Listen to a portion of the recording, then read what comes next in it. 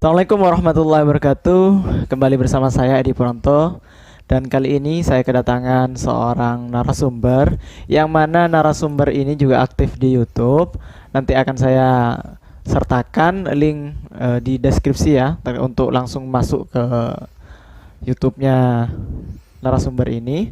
Dan yang terpenting adalah narasumber yang saya datangkan pada kesempatan kali ini itu menjadi sebuah solusi, terutama bagi teman-teman mahasiswa yang biasanya di semester 7 dan 8 ke atas. Nah, biasanya butuh dengan konten-konten yang disajikan oleh narasumber yang akan kita datangkan, yang sudah ada di sini ini, yaitu tentang seputar skripsi. Kita sapa. Selamat malam Mas Arfan. Selamat malam Mas. Gimana kabarnya? Alhamdulillah. Oke, perkenalkan dulu namanya. Itu silahkan. Ya. Terima kasih atas kesempatannya bisa bergabung di channel ini. Ya, perkenalkan, nama saya Arfan Effendi. Saya adalah juga termasuk YouTuber yang nantinya membahas seputar tugas akhir tentang skripsi, yang pembahasan itu tentang kemahasiswaan. Jadi mungkin ada yang mau nanti ditanyakan, mau konsultasi dan lain sebagainya, bisa konsultasi online ataupun bisa hubungi lewat nanti akan disertakan di deskripsi ya. Ya. Oke. Ini Mas Arfan ini satu pulau ya dengan saya. Ya, kebetulan kita satu pulau, yaitu di Kepulauan Sepudi di Sumeneb. Satu desa juga ya. Iya. Kita tetanggaan. Kebetulan kita tetanggaan. Nah, ya kita berusaha untuk menyajikan sesuatu di YouTube itu hal-hal yang positif ya. Iya, benar. Nah, kalau Mas Arfan ini berusaha menyajikan atau memberikan solusi kepada teman-teman di mahasiswa tingkat akhir dengan membahas seputar tugas akhir atau skripsi itu tadi. Nah, yang menarik nih, kenapa kemudian Arfan ini tertarik untuk membahas itu, Van? Apa alasan awalnya gitu? Ya. Jadi memang ini saya rasa ini adalah menjadi sebuah kebutuhan, karena bukan hanya di masa saat ini. Karena kalau kita berbicara tugas, skripsi ataupun dan lain sebagainya, ini memang perlu semacam orang yang perlu mendampingi lah. Kita bisa belajar sendiri, namun perlu juga orang yang kita harus mendampingi, bisa untuk sebagai konsultasi ataupun kita untuk membangkitkan motivasi kita. Karena jujur saja, kalau kita misalnya sudah memasuki semester 7, semester akhir lah, itu kita untuk menyelesaikan tugas ini kadang ada misalnya kendala ini, ada godaan ini, pasti di situ nanti akan muncul. Makanya mungkin dari permasalahan ini, berangkat dari sini, saya memberikan sebuah, ya istilahnya memberikan sebuah motivasi di situ, memberikan pelajaran ataupun tips-tips bagaimana nantinya yang sekarang sedang menempuh semester akhir ataupun sekarang sedang mengerjakan skripsi lah, bisa melihat video-video saya nantinya ya. Terima kasih. Walah, mantap sekali. Berarti berangkat dari kegelisahan atau berusaha untuk menjawab berbagai persoalan atau problem-problem yang dialami oleh mahasiswa tingkat akhir ya. Jadi ingin supaya teman-teman itu bisa lancar kuliahnya, ya, cepat lulus, nggak kayak saya ya yang sekarang ini terlalu menikmati. Begini aja, karena tadi ada beberapa seputar trik ya. Nah, disampaikan lagi gimana sih caranya memotivasi diri kita itu yang biasanya di tingkat akhir itu kan masa-masa titik jenuhnya kita ya. Betul. Apalagi kan sudah sendiri-sendiri ya. Kalau semester 1 itu masih semangat, banyak temen, indah rasanya kuliah itu. Tapi begitu masuk kepada semester 7, perkuliahan sudah di luar semua, gak di kampus, udah sendiri-sendiri, tugas sendiri-sendiri. Nah, apa upaya yang bisa dilakukan, tips dan triknya yang akan diberikan oleh Mas Arfan ini agar bisa itu teratasi? Ini termasuk nasihat ke saya pribadi nih. Ya, terima kasih. Nah, di sini saya memberikan ya hanya gambaran dasar ataupun motivasi. Pertama ini memang kalau kita terutama yang misalnya ya, ini contohnya misalnya rumah kita ini misalnya di sini di Jember ya. Terus rumahnya nanti itu misalnya rumahnya nanti yang lihat ini misalnya saya sendiri ataupun siapa misalnya rumahnya daerah Sumatera ataupun di mana. Nah, pastinya sebelum kita keluar dari rumah, kita punya satu niat yang pasti. Yang pasti kita ingat dari awal kita masuk kuliah sampai akhir. Mungkin niat ini misalnya kita satu, niat kita kuliah. Nah, dari niat itu maka nantinya misalnya nanti kalau kita sudah menjelang semester 7, pastinya terutama orang tua ataupun saudara atau kerabat kita di situ pasti akan menanyakan terutama bagaimana skripsinya, bagaimana tugas akhirnya. Nah, di situ mungkin menjadi membangkitkan gairah kita bagaimana kita cepat menyelesaikan skripsi. Jadi dukungan orang tua ya. Dukungan orang tua, niatnya yang dari rumah itu diingat kembali. Tapi ada loh tipe-tipe orang itu kalau disuruh malah semakin enggan. Nah, bagaimana kalau seperti itu? Ada kan tipe-tipe terkadang yang saya pribadi, saya kalau udah ada niatan nih, kemudian disuruh oleh orang, kadang jadi tambah males gitu. Nah, kalau apa kiat selanjutnya lagi itu bisa terutama permasalahannya kadang ini satu. Misalnya apa yang kita kerjakan ataupun skripsi yang kita kerjakan itu tidak sesuai dengan minat kita sendiri. Kedua, mungkin dari faktor dosen pembimbing juga itu termasuk. Yang ketiga itu bisa faktor dari teman. Karena gini, kalau kita sudah memang pertama niat mau mengerjakan skripsi dan itu murni dari kita sendiri, pasti kita akan mempunyai semacam gairah khusus karena memang di situ bagaimana skripsi ini bisa selesai dengan tepat waktu.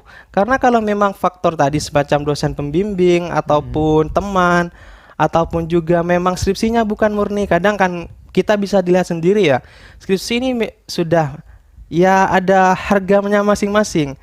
Nah, kan itu menjadi godaan kita sehingga kita ini nanti misalnya satu tidak selesai dengan tepat waktu, satunya diajak misalnya seperti temannya diajak kita mau misalnya sudah jam ini kita waktunya mengerjakan skripsi, namun kita diajak nongkrong. Nah, jadi itu males dah.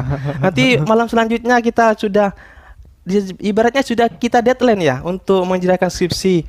Misalnya 4 jam atau 1 jam lah, namun kita diajak teman ataupun kita sehingga kita itu ya kalau kita sudah ibaratnya 1 hari sudah tidak mengerjakan, 2 hari tidak mengerjakan dan itu terbiasa, maka kita lama-lama akan terus bosan. ini ya, berada di zona nyaman itu ya. Ya. Ini sekali lagi ini nasihat untuk saya pribadi untuk sekarang ini.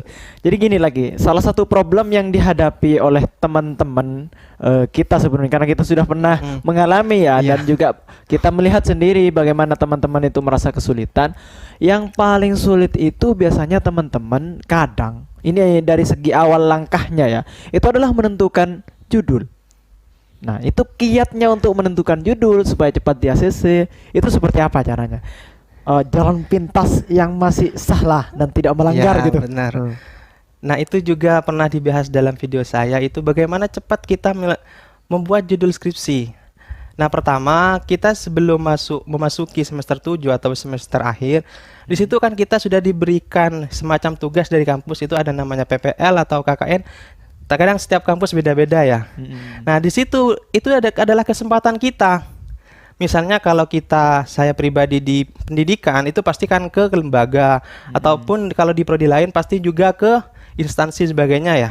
Nah, di situ kesempatan kita itu kita sambil ibaratnya mengerjakan skripsi, kita juga pendekatan dengan lembaga tersebut. Mungkin itu menjadi jodoh kita, skripsi kita itu di tempat tersebut. Nantinya kalau kita sudah tempat tersebut menjadi sebuah judul kita, maka kita juga harus punya pendekatan terutama kepada satu Membangun relasi ya. kepala sekolahnya mungkin ataupun ya kalau di lembaga mungkin ya kepalanya. Nah di situ mungkin nanti karena kita kesulitannya misalnya satu nanti juga tanda tangan. Makanya kita bangun itu sejak awal, dibangun sejak awal nanti agar nanti ke belakangnya kita tidak kesusahan di situ. Artinya mulai dari awal KKL, PPL itu Iya. kan kita udah di luar ya. Itu mulai membidik, kemudian bisa tanya-tanya dengan berbagai persoalan yang terjadi di tempat sekolah kalian. Kalau pendidikan, kalau jurusan syariah seperti saya itu bisa di KKL-nya di pengadilan agama, kemudian di pengadilan negeri atau di notaris dan advokat, itu mesti akan menemukan problem-problem itu. Kemudian setelah kita menentukan apa itu judulnya, udah menarik nih ketemu judul. Nah, langkah selanjutnya yaitu adalah bagaimana kita meyakinkan. Nah, salah satu bentuk atau cara kita meyakinkan di tugas akhir itu, pengajuan judul itu biasanya dituangkan dalam bentuk latar belakang. Nah, latar belakang inilah berisi alasan-alasan yang meyakinkan. Nah, bagaimana menyusun kata-katanya atau merangkai kata di latar belakang? Langsung kita tanya Mas Arfan. Gimana Mas Arfan? Ya, terima kasih kesempatannya. Nah, ini nyambung dari pembahasannya tadi.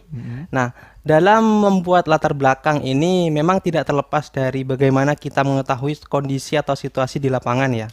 Nah, itu adalah hal yang ya sifatnya itu adalah hal yang urgen lah. Kita harus mengetahui bagaimana kondisi di lapangan, bagaimana kondisi di tempat penelitian kita atau lokasi penelitian kita. Misalnya ada suatu permasalahan sehingga di situ bisa dimasukkan ke latar belakang. Jadi kan kalau kita ketahui sendiri memang di latar belakang ini terdiri dari beberapa isi atau beberapa teks atau beberapa paragraf lah. Nah, di situ di paragraf tersebut ini kan pasti ada misalnya ada paragraf 1 bagaimana alasan peneliti mengenai lokasi penelitiannya, dan juga nantinya ada bagaimana nanti kita masukkan di teorinya.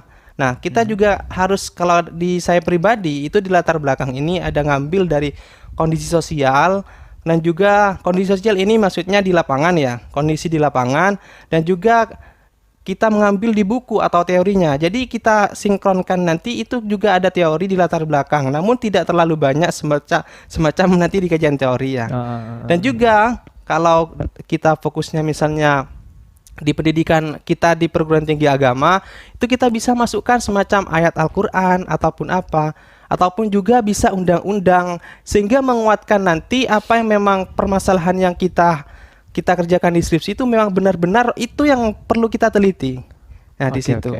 Berarti menangkap dari apa yang telah disampaikan, ini sekedar menarik benang merahnya ya yang disampaikan oleh Mas Arfan itu tadi. Pertama, kita harus menguasai objek penelitian kita ya.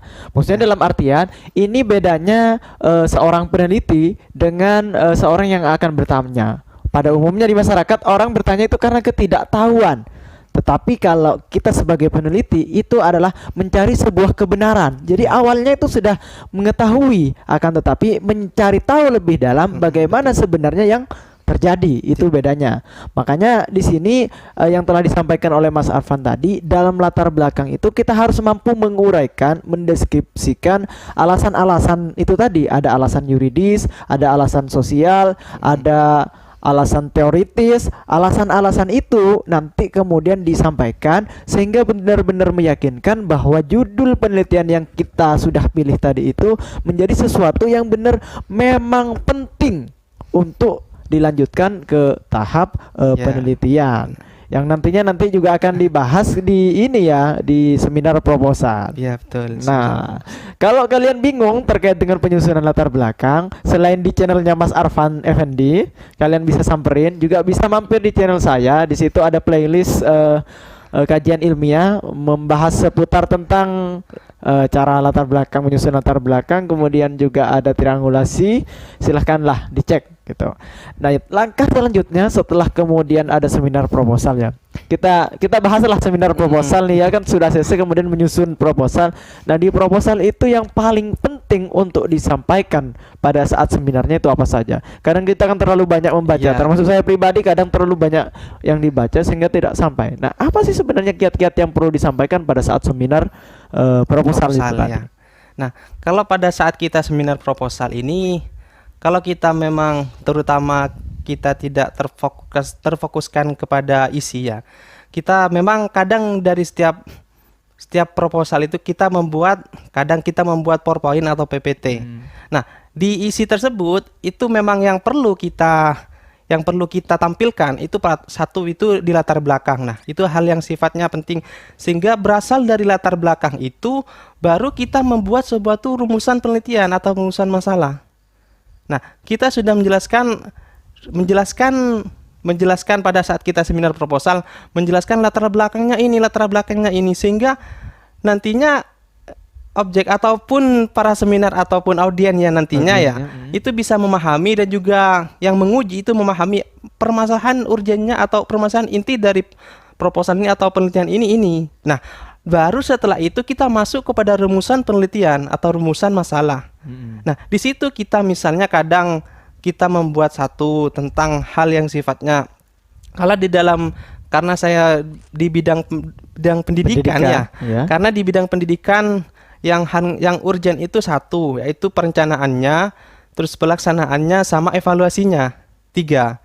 Nah, di situ hal yang perlu memang harus dimasukkan karena kalau di dalam dunia pendidikan, saya sendiri di dunia pendidikan ya, itu kita perlu bagaimana kita merencanakan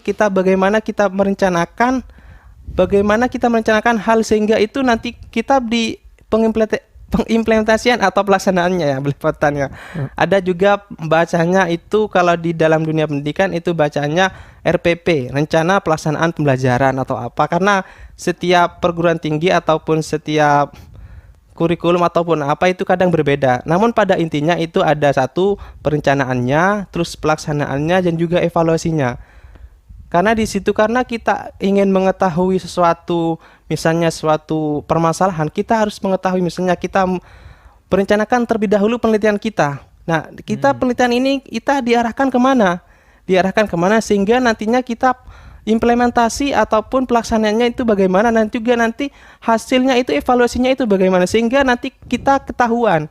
Maka yang perlu nanti ada diangkat di dalam sebuah penelitian ini benar-benar ini. Jadi benar-benar itu penting sehingga nantinya hal yang kita yang kita teliti itu benar-benar murni merupakan kegelisahan kita dan itu murni ada di lokasi penelitian tersebut. Artinya tidak mengada-ada ya. Tidak mengada-ada. Dan juga yang paling penting ini dari saya, kita harus bisa belajar terutama dari semester 6 ataupun pertengahan semester kita belajar itu apa yang disebut dengan metode penelitian. Itu yang penting. Kalau kita tidak bisa secara ya ibaratnya tidak paham secara dasar lah itu kan ada metode penelitian kualitatif, kuantitatif, ada juga metode penelitian mixed itu ya, gabungan kualitatif dengan kuantitatif. Nah, di situ kalau kita memang sudah mau misalnya penelitian dengan kualitatif, kita pelajari di situ, kita cari referensi-referensi terkait dengan penelitian kualitatif. Karena itu juga berpengaruh nantinya. Bagaimana kita mencari sampel, bagaimana kita mencari subjek penelitiannya ya, objek penelitiannya ya, ataupun lokasi penelitiannya nantinya, sehingga kita perlu nanti mempelajari bagaimana teknisnya. Misalnya kalau di dalam penelitian kualitatif itu ada misalnya action research ataupun penelitian lapangan atau etnografi, studi kasus dan lain sebagainya. Nantinya sehingga kita ini dalam meneliti ini benar-benar memang murni karena misalnya lokasi penelitian ini kita menggunakan studi lapangan, tidak salah. Misalnya kembali, misalnya di lokasi ini kita sudah tahu permasalahannya ini, namun kita menggunakan metode penelitian yang salah, maka itu juga akan nanti berputar-putar sehingga tidak selesai. Tepat ya. Ibaratnya kita mau mancing, tapi kita bukan pakai pancing. Tapi pakai cangkul, nggak dapat akhirnya. Nah, jadi juga nanti kalau kita seminar proposal itu yang penting satu, kita menjelaskan latar belakang penelitiannya dan juga rumusan masalah atau rumusan penelitian dan juga metode penelitian. Karena di situ.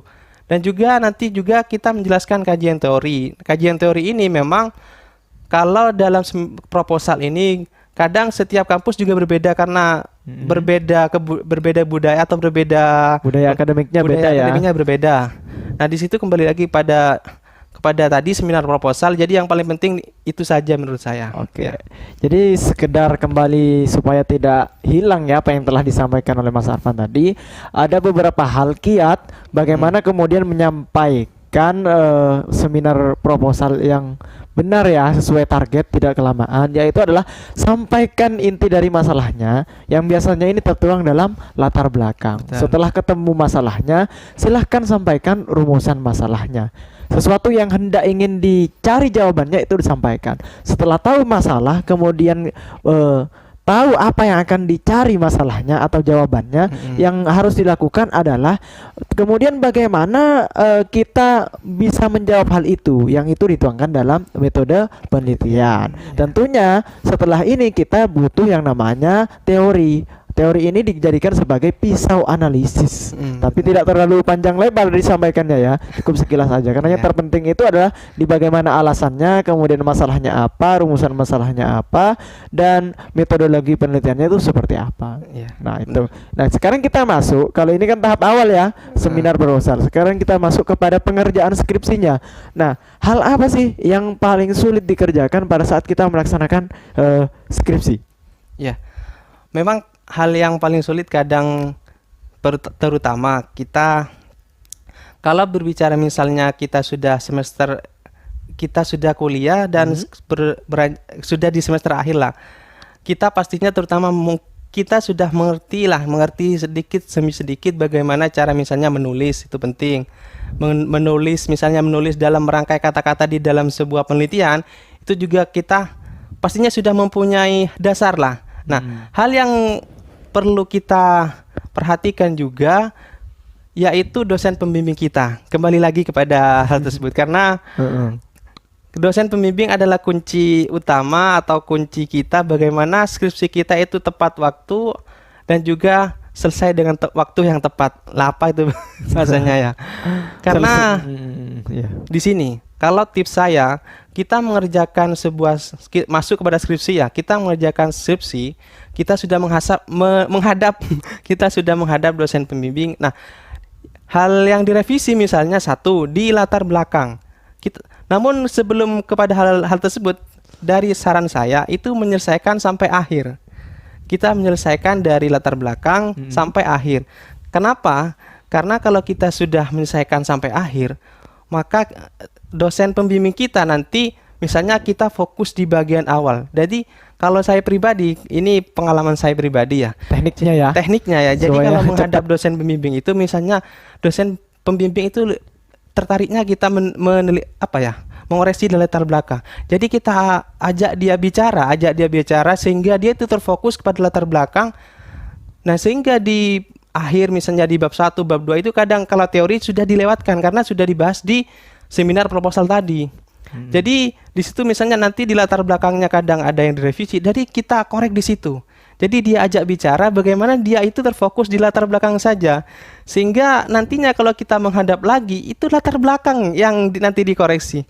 Jadi yang terakhir itu sudah misalnya di bab 1 atau di bab 2 itu sudah selesai. Jadi intinya adalah bagaimana pendekatan kita kepada dosen pembimbing. Karena sempat ada kata-kata begini ya, bahwa skripsi itu adalah hasil karya dosen pembimbing yang dikerjakan oleh mahasiswanya. Oke, lanjut ya. Nah, sekarang kita udah lama sekali ngobrol ya. Jadi kalau penasaran dengan seputar dengan skripsi, tips skripsi ya, mulai dari awal sampai dengan akhir, kalian bisa cek di link. Itu sudah mengarah ke channel YouTube-nya Mas Arfan, juga bisa dicek di channel saya di playlist ya. Itu langsung aja dilihat di kajian ilmiah.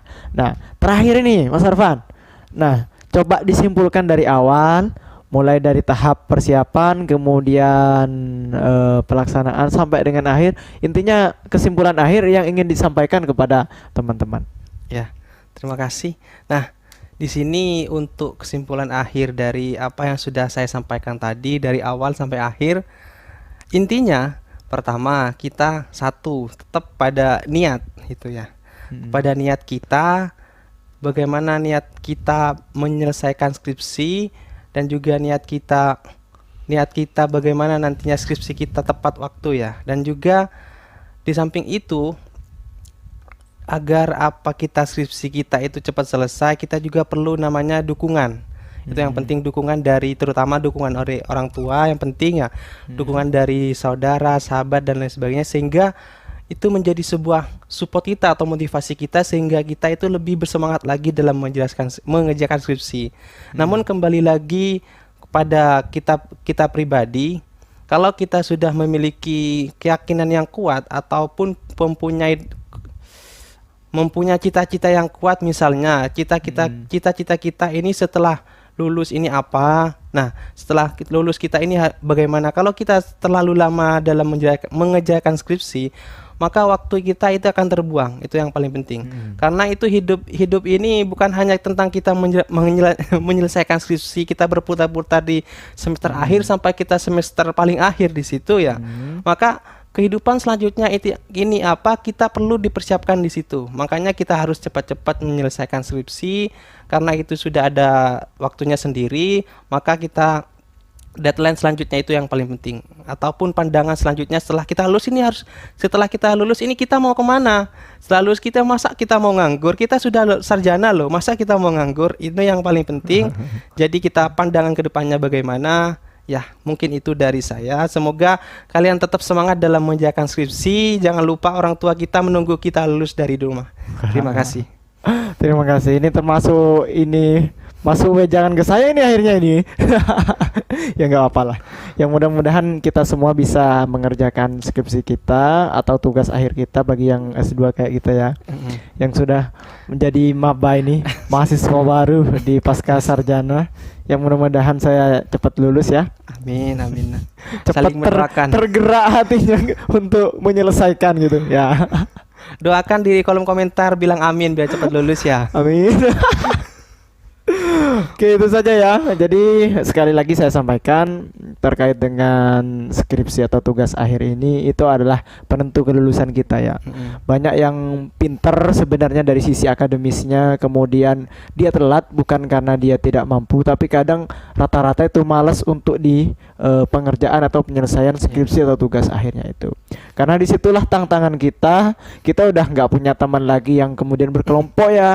Kalau masih ya semester 1 semester 2 itu kan masih banyak temennya gitu ya, motivasinya banyak. Jadi benar apa katanya Mas Arfan tadi, kita juga perlu adanya motivasi atau dorongan yang dari luar gitu ya.